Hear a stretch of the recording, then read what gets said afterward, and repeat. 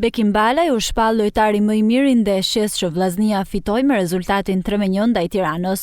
Ai foli pas përfundimit të klasikës, teksa tha se fitoria me Tiranën i ka shijuar shumë atij dhe shokëve të ekipit të tij. Normalisht fitoria shijon pasi rëndësi kanë 3 pikët, pak rëndësi ka ke përballë, por që gjithmonë me Tiranën ka ndoshta një rivalitet veçantë.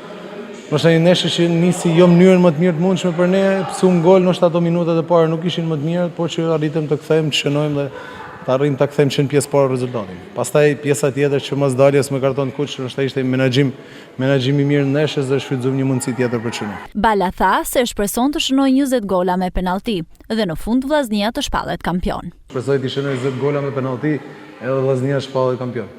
Pak rëndësi ka për mu si shënoj, golat janë gjithmonë me vlerë për mu. Ky 3 pikë që i sotëm na garanton vazhdimsinë, sigurisht që kjo ndeshje mbaroi dhe gjithë fokusi është për ndeshjen tjetër. Ky ishte goli i 5 për kapitenin e Vllaznisë Bekim Balaj në 7 javë kampionat.